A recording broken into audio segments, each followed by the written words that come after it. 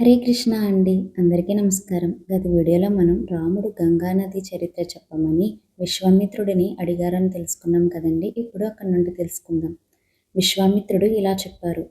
హిమవంతుడికి గంగా, ఉమా అనే ఇద్దరు కుమార్తెలు పుట్టారు. ఒకసారి బ్రహ్మదేవుడు వచ్చి ప్రపంచం మేలు కోసం గంగను దేవతలకు ఇవ్వండి అని కోరాడు.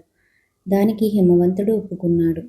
తరువాత తన కుమార్తె ఉమ చాలా ఘోరమైన తపస్సు చేస్తూ ఎప్పుడూ పరమశివుడు గురించి ధ్యానం చేస్తూ ఉండేది. అందువల్ల హిమవంతుడు ఆమెను శివుడికే వివాహం చేశాడు. ఉమను వివాహం చేసుకున్న తర్వాత పరమశివుడు ఆమెతో ఎప్పుడూ ప్రేమానురాగాలతో గడపడం ప్రారంభించాడు. అలా ఇద్దరూ పరస్పర ఆలింగనం చేసుకుంటూ 100 దివ్య సంవత్సరాలు గడిపారు.